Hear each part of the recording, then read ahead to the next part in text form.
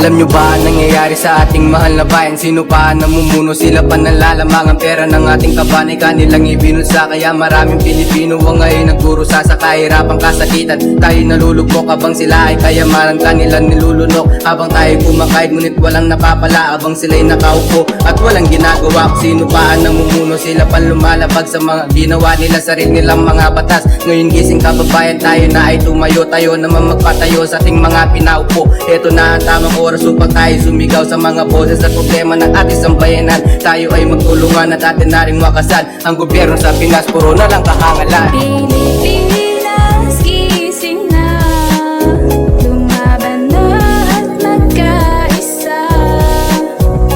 Tayo ay lunod na, tayo ay bugbog na sa mga kawalanyahan nila.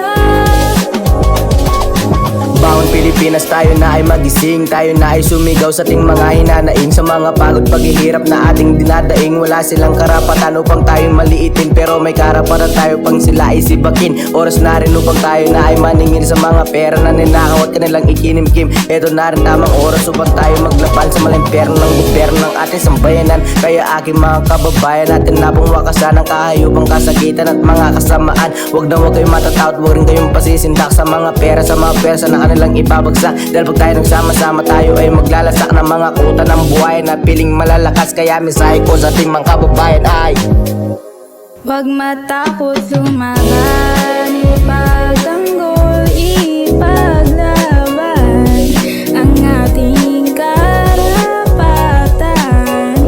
Huwag matakot, huwag matakot.